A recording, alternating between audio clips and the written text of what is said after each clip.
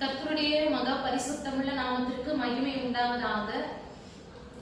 இந்த வேளையிலும் நம்ம மிகவும் முக்கியமான ஜெப குறிப்பிற்காக நம்ம ஜெபிக்க போகிறோம். குடும்பங்களுக்காக ஜெபம் பண்ண போறோம். குடும்பத்துல எத்தனையோ காரியங்கள் காணப்படுகிறது. ஆனா முக்கியமான காரியம் என்ன அப்படின்னா, சமாதானமே இல்லாத நிலைமையில தான் நிறைய குடும்பங்கள் இருக்கிறாங்க. இந்த சமாதானம் இல்லாததுனால நிறைய பேர் பிரிஞ்சு கூட இருக்கிறாங்க, பிரிஞ்சு போயிட்டு இருக்கிறாங்க. குடும்பங்கள் சிதறி கிடக்கிறது. காரணம் என்னன்னா, சமாதானம் இல்ல, ஒரு மனதின் ஆவி அவர்களிடத்துல இல்ல. கணவன் மனைவிக்குள்ள ஒரு மனதின் ஆவியே இல்ல. ஒருத்தருக்கு ஒருத்தர் புரிஞ்சுக்காத நிலைமை, வாக்குவாதம், தேவையில்லாத வாக்குவாதங்கள். கணவனும் விட்டு கொடுக்கறது இல்ல, ஒருவேளை மனைவி விட்டு கொடுத்தா கணவன் விட்டு கொடுக்கறது இல்ல, கணவன் விட்டு கொடுத்தா மனைவி விட்டு கொடுக்க மாட்டேங்கிறாங்க. தேவையில்லாத குழப்பங்கள், வாக்குவாதங்கள், சண்டைகள், அண்டர்ஸ்டாண்டிங்கே இல்ல, சரியான புரிந்து கொள்ளுதல் இல்லாததுனால சமாதானம் இல்ல. விவாகரத்துக்கு நேராக நிறைய குடும்பங்கள் போயிட்டு இருக்கிறாங்க. ஒண்ணுமே இருக்காது, சின்ன சண்டையா தான் இருக்கும். ஆனா அதை சமாதானத்தோட முடிச்சிடலாம். ஆனா ஒருத்தருக்கு ஒருத்தர் பேசாத நிலைமையினால அநேக வருஷங்கள் கூட நிறைய குடும்பத்துல பேசாம இருக்கிறாங்க. ஒரே வீட்டுல தான் இருப்பாங்க, ஆனா தனித்தனியா ரூம்ல இருக்கிறாங்க. பிள்ளைகள் இடத்துலயும் சமாதானம் இல்ல. பெற்றோர்கள் எதுனா சொன்னா அவங்க சொல்றதே கேட்கறது கிடையாது, கீழ்படுகிறது இல்ல. இப்படிப்பட்ட காரியங்கள் தான் நிறைய இருக்குது. குடும்பங்களே சமாதானம் இல்லாத நிலைமை தான் நம்ம பாக்குறோம். மருமகள் மாமியாருக்குள்ள சமாதானம் இல்ல, ஒரு மனதின் ஆவியும் இல்ல, தேவையில்லாத சண்டை, ஒன்னும் இல்லாத பிரச்சனை எல்லாம் பெருசா ஊதி பெரிய பிரச்சனையா மாத்துறது. காரணம் என்னன்னா, சமாதானம் இல்ல. ஒரு வசனத்தை நான் வாசிக்கிறேன். ஏசாயா 53வது அதிகாரம் 5வது வசனம். நம்முடைய மீறுதல்களின் நிமித்தம் அவர் காயப்பட்டு, நம்முடைய அக்கிரமங்களின் நிமித்தம் அவர் நொறுக்கப்பட்டார்.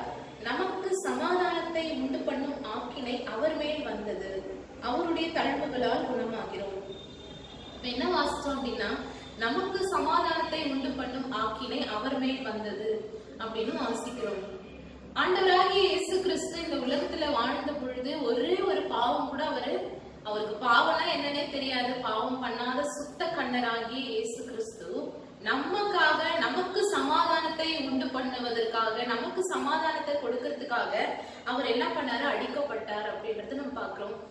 நம்மளுக்காக தான் ஆண்டவராக இயேசு கிறிஸ்து நம்ம ஒவ்வொருவருடைய குடும்பங்களிலும் கணவர் மனைவி பிள்ளைகள் மத்தியில சமாதானத்தை கொடுக்கறதுக்காக தான் ஆண்டவராக இயேசு கிறிஸ்து சிலுவை ஏற்றுக்கொண்டார். அவர் மேல அந்த ஆக்கினை விழுந்தது அப்படின்னு சொல்லி நம்ம இப்போ அந்த வசனத்தை வாசிச்சோம். இப்பொழுது நம்ம சமாதானத்திற்காக நம்ம ஜெபிக்க போகிறோம்.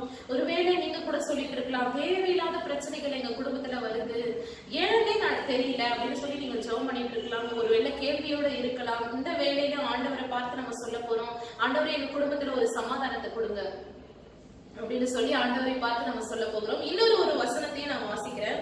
யோவான் 14வது அதிகாரம் 27வது வசனம். சமாதானத்தை உங்களுக்கு வைத்து போகிறேன், என்னுடைய சமாதானத்தையே உங்களுக்கு கொடுக்கிறேன். ஏசப்பா என்ன சொல்றாரு அப்படின்னா, இந்த உலகத்துல ஆண்டவராகிய இயேசு கிறிஸ்து வாழ்ந்து கொண்டிருந்த பொழுது அவர் இந்த உலகத்தை விட்டு கடந்து செல்றதுக்கு முன்னாடி தன்னுடைய சீஷர்களை பார்த்து என்ன சொல்றாரு, சமாதானத்தை உங்களுக்கு வைத்து போகிறேன். கடைசி என்ன சொல்றாரு, என்ன வச்சுட்டு போறேன், இந்த உலகத்துல சமாதானத்தை தான் நான் வச்சுட்டு போறேன் அப்படின்னு தான் ஆண்டவராகிய இயேசப்பா சொல்லி இருக்கிறார். அதுவும் யாருடைய சமாதானம், என்னுடைய சமாதானத்தை உங்களுக்கு கொடுக்கிறேன் அப்படின்னு இயேசு சொல்லி இருக்கிறாரு. யாருடைய சமாதானம்னா ஆண்டவராகிய இயேசு கிறிஸ்துவே சொல்றாரு, ஏன் சமாதானத்தை உங்களுக்கு கொடுக்கிறேன் அப்படின்னு சொல்றாரு. அடுத்தது நான் வாசிக்கிறேன். உலகம் கொடுக்கிற பிரகாரம் நான் உங்களுக்கு கொடுக்கறதில்லை, உங்கள் இருதயம் கலங்காமலும் பயப்படாமலும் இருப்பதாக. உலகம் கொடுக்கிற பிரகாரம் தான் சமாதானத்தை நான் கொடுக்கல. உலகம் இப்போ ஒரு கவலையா இருக்குது அப்படின்னு சொன்னாக்கா, ஒரு வேதனையான ஒரு சூழ்நிலை நடந்துட்டு இருக்குது அப்படின்னா, இப்ப சமாதானம் தேவை அப்படின்னா உலகம் எப்படி கொடுக்கும், கொஞ்ச நேரம் நீங்க ஒரு சமாதானம் தேவை அப்படின்னா கொஞ்ச நேரம் தான் அந்த சமாதானம். உலகம் கொடுக்கக்கூடிய சமாதானம் கொஞ்ச நேரம் தான். மறுபடியும் என்ன ஆகும், மறுபடியும் அதே கவலை, அதே பாரங்கள், அதே கஷ்டம், அதே சிந்தனையில தான் நம்ம இருப்போம். ஆனா ஆண்டவராகிய இயேசப்பா என்ன சொல்றாரு, நானே உங்களுக்கு சமாதானத்தை கொடுக்க போறேன்.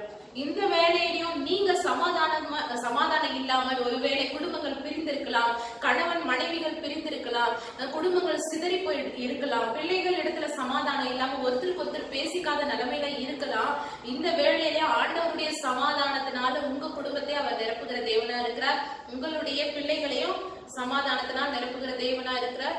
உங்களுக்கு தெரிஞ்ச குடும்பங்கள் கூட பிரிஞ்சு கிடக்கலாம், அவர்களுக்காக நம்ம ஜெபம் பண்ண போறோம். கர்த்தர் சமாதானத்தை இந்த நாளில கொடுக்க போறார். பெரிய தேவ சமாதானத்தை அவர் கொடுக்கிற தேவனாய் இருக்கிறார். யோசுவாவின் புஸ்தகத்துல பழைய ஏற்பாட்டு காலத்துல ஒரு வசனம் இருக்குது. ஒரு காரியம் நடந்தது. என்ன அப்படின்னா, யோசுவாவை பார்த்து இஸ்ரவேல் ஜனங்களை பார்த்து யோசுவா கேக்குறாரு, நீங்க கர்த்தராகிய தேவனை சேவிப்பீங்களான்னு கேட்கும் பொழுது இஸ்ரவேல் ஜனங்கள் என்ன சொல்றாங்க? யோசுவாவை பார்த்து ஜனங்க என்ன சொல்றாங்க? நானும் என் வீட்டாருமோ என்றால் கர்த்தரையே சேவிப்போம் அப்படின்னு சொல்றாங்க. அப்ப குடும்பமா சேவிக்கும் பொழுதுதான் ஆண்டவர் அந்த குடும்பத்துல வாசம் பண்ணுவாரு. கணவன் ஒரு வழியில போறாங்க, மனைவி ஒரு வழியில போறாங்க. கணவன் ஆவிக்குரிய பிரகாரமா இருந்தாலும் ஜெபம் பண்ணுவாங்க, ஆனா மனைவி அதுக்கேற்ற பிரகாரமா இருக்க மாட்டாங்க. ஒருவேளை மனைவி ஜெபம் பண்ணா கணவன் ஜெபிக்காதவர்களா இருப்பாங்க. ஒருவேளை கணவன் மனைவி ஜெபம் பண்ணும்போது பிள்ளைகள் ஜெபத்திற்கு வராம எத்தனையோ குடும்பங்கள்ல குடும்ப ஜெபத்துக்கு கூட பிள்ளைங்க வர்றது கிடையாது. அவங்க ஒரு ரூம்ல செல்போன் பார்த்துட்டு இருப்பாங்க, டிவி பார்த்துட்டு இருப்பாங்க. ஆனா அந்த சூழ்நிலையில கணவன் மனைவி சேர்ந்து பிள்ளைகளுக்காக கூட ஜெபம் பண்ணி இருக்கலாம். அப்போ கூப்பிட்டாக்க ஏதாவது ஒண்ணு பேசுவாங்களேன்னு சொல்லி பயத்துல பிள்ளைகளை கூப்பிடாத நிலைமையில அவங்க 2 பேர் மாத்திரம் ஜெபம் பண்ணிட்டு இருக்கலாம். இதெல்லாம் ஆண்டவராலதான் மாற்ற முடியும். அவர் என்ன சொல்லி இருக்கிறார்? என்னுடைய சமாதானத்தை உங்களுக்கு கொடுக்கிறேன். இந்த வேளையிலே நம்ம ஜெபம் பண்ண போறோம். உங்களுடைய சமாதானத்தை எங்க குடும்பத்துல கொடுங்க ஆண்டவரே அப்படின்னு சொல்லி நீங்க கேட்க போறீங்க. உங்களுக்கு தெரிஞ்சவங்களோட குடும்பத்துல சமாதானம் இல்லாம பிரிந்து இருக்கலாம். அவங்களுக்காக நம்ம ஜெபம் பண்ணலாம். இந்த வேளையில கர்த்தருடைய கரம் நிச்சயமா இறங்கி பெரிய காரியங்களை செய்கிறத நம்ம பார்க்க போறோம். நம்ம ஜெபிக்கலாம். மகா பரிசுத்தமுள்ள எங்கள் நல்ல தகப்பனே, இந்த வேளையில உம்மை நன்றியோடு ஸ்தோத்திரிக்கிறோம், துதிக்கிறோம் ஆண்டவரே. உம்மை உயர்த்துகிறோம் ராஜா, உம்மை துதிக்கிறோம் ஆண்டவரே. நீர் ஒருவரே சமாதானத்தின் தேவனாய் இருக்கிறீர். சமாதான காரணரே நீர்தான் ஆண்டவரே. இந்த வேளையிலும் ஆண்டவரே, முக்கியமா இயேசப்பா ஒவ்வொரு குடும்பங்களுக்காகவும் ஜெபிக்கிறோம் ஆண்டவரே. அப்பா, இந்த வீடியோ மூலமா யாரெல்லாம் ஜெபித்துக் கொண்டிருக்கிறார்களோ ஒவ்வொரு பிள்ளைகளின் மீது ஆண்டவரே மனதுருகுகிற தேவனாய் இருக்கிறீங்க ஆண்டவரே. ஒவ்வொருவரையும் கண்ணோக்கி பார்ப்பீராக சுவாமி. ஆண்டவரே, நீ வாக்கு கொடுத்திருக்கிறீரே, ஜெபத்தை கேட்கிறவர் என்று வாக்கு கொடுத்திருக்கிறீங்களே ஆண்டவரே. நீர் ஜெபத்திற்கு மறு உத்தரவு கொடுக்கிற தேவனா இருக்கிறீங்க ஆண்டவரே. அப்பா, ஜெபத்தை கேட்கிறவரே மாம்சமான யாவரும் உம்மிடத்தில் வருவார்கள். யார்கிட்ட ஆண்டவரே நாங்க போவோம்? யாரால ஆண்டவரே சமாதானத்தை கொடுக்க முடியும்? உலகம் கொடுக்கிற சமாதானம் கொஞ்ச நேரம் தான் ஆண்டவரே, கொஞ்ச நிமிஷம் தான் ஆண்டவரே. அப்பா, நீங்க கொடுக்கிற சமாதானம் தான் ஆண்டவரே அது நிலையானது ஆண்டவரே. நீ சமாதானத்தின் தேவன் ஆண்டவரே. நீ சொல்லியிருக்கிறீங்களே, இந்த உலகத்தை விட்டு செல்லும் பொழுது என்ன சொல்லியிருக்கிறீங்க? சமாதானத்தை உங்களுக்கு வைத்து போகிறேன் என்று சொல்லியிருக்கிறீங்களே. இந்த வேலையிலும் ஆண்டவரே கணவன் மனைவிக்குள்ள சமாதானம் இல்ல, பெற்றோர்களுக்குள்ள ஆண்டவரே பிள்ளைகள் மத்தியில சமாதானம் இல்ல ஆண்டவரே. இப்படிப்பட்ட காரியங்கள் ஏன் நடக்குதுன்னு தெரியலையேன்னு சொல்லி வருத்தத்தோடு இருக்கிற ஒவ்வொரு பிள்ளைகளுக்காக ஜெபிக்கிறோம் ஆண்டவரே. வல்லமையுள்ள கரம் ஒவ்வொரு குடும்பங்களின் மீது இப்பொழுது இறங்கட்டும் ஆண்டவரே, இறங்கட்டும் ஆண்டவரே, இறங்கட்டும். அற்புதங்களை செய்கிற தேவனே, அதிசயங்களை செய்கிறவரே, ஒரு விசையாய் மனம் இறங்குங்க, மனம் இறங்குங்க ஆண்டவரே. ஒவ்வொரு குடும்பத்திலே சமாதானத்தை கொடுங்க ஆண்டவரே.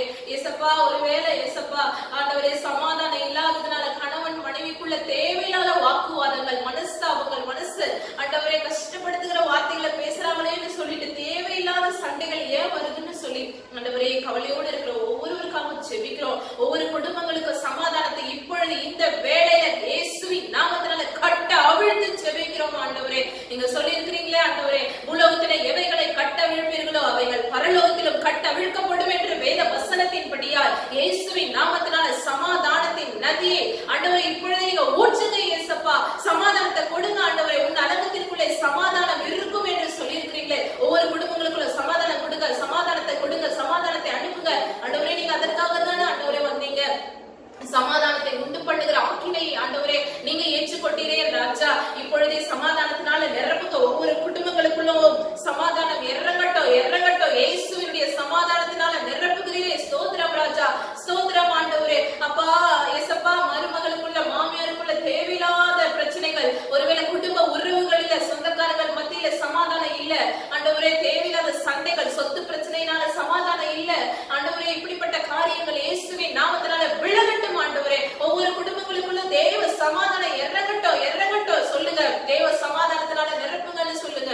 தேவ சமாதானத்தினால நிரப்புங்க ஆண்டவரே, நிரப்புங்க ஆண்டவரே. சமாதானத்தையே உங்களுக்கு வைத்து போகிறேன்னு சொன்னீங்களே, சமாதானத்தை கொடுங்க, சமாதானத்தை கொடுங்க. இயேசுவின் நாமத்தினால பேசாத குடும்பங்கள் மறுபடியும் ஆண்டவரே, பிரிந்த குடும்பங்கள் மறுபடியும் இயேசுவின் நாமத்தினால சேரும்படியாய் ஜெபிக்கிறோம் ஆண்டவரே. அப்பா, விவாகரத்துக்கு நேராக சென்று கொண்டிருக்கிற குடும்பங்கள் இயேசுவின் நாமத்தினால அப்பா ஒன்று சேரும்படியாய் ஜெபிக்கிறோம். ஒரு மனதின் ஆவி இயேசுவின் நாமத்தினால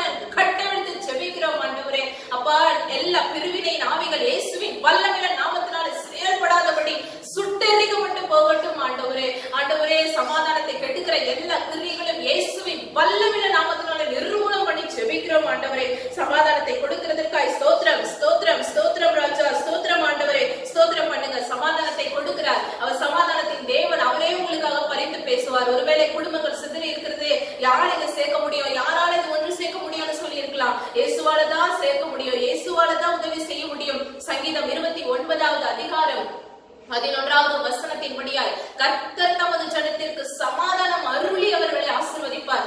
எப்படி ஆசீர்வதிப்பார்? சமாதானத்தை கொடுத்து ஆசீர்வதிக்கிற தேவனா இருக்கிறார். ஆண்டவரே சமாதானத்தை கொடுங்க. ஒரே வீட்டுல தான் இருக்கிறாங்க, ஆனா தனித்தனியா ஆண்டவரே இருக்கிறாங்களே, பேசக்கூடாத நிலைமையில இருக்கிறார்களே. அப்ப இந்த ஈகோ பிரச்சனையினால ஆண்டவரே சரியான அண்டர்ஸ்டாண்டிங் இல்லாததுனால நிறைய குடும்பங்கள் பிரிச்சிருக்கிறாங்களே. ஆண்டவரே இயேசுவினுடைய கரை இப்பொழுதே ஒவ்வொரு குடும்பங்களின் மீது இறங்குகிறதுக்காய் ஸ்தோத்திரம். வாலிபர்கள் கூட சமாதானம் இல்ல, தங்களுடைய வீட்டுல அம்மா அப்பா கிட்ட சமாதானம் இல்லாமல் ஆண்டவரே வீட்டுல இருக்கிறது கிடையாது, சரியா வீட்டுக்கு வர்றதில்ல. இயேசுவின் நாமத்தினால இந்த காரியங்கள் எல்லாம் மறைந்து போகட்டும். இயேசுவின் நாமத்தினால இந்த காரியங்கள் விலகி போக முடியாது ஜெபிக்கிறோம். சமாதானத்தின் தேவன் சீக்கிரமாய் சாத்தானை உங்கள் கால்களின் கீழே நசுக்கி போடுவார் என்ற வேத வசனத்தை வைத்து ஜெபிக்கிறோம். ஆண்டவரே சமாதானத்தை கெடுக்கிற எல்லா சத்துருவினுடைய கிரியைகளும் நசரேயனாகிய இயேசுவின் நாமத்தினால அழிக்கப்படுவதாக. இயேசப்பா நீர் சமாதானத்தின் தேவன், நீர் சமாதானத்தின் தேவன் ஆண்டவரே. நீரே சமாதான காரணர், நீரே சமாதான காரணர் ஆண்டவரே. சமாதானத்தை கொடுத்ததற்காய் ஸ்தோத்திரம். குடும்பங்களுக்குள்ள ஒரு மனதின் ஆவியை கட்ட அவிழ்த்ததற்காய் நன்றி செலுத்துகிறோம்.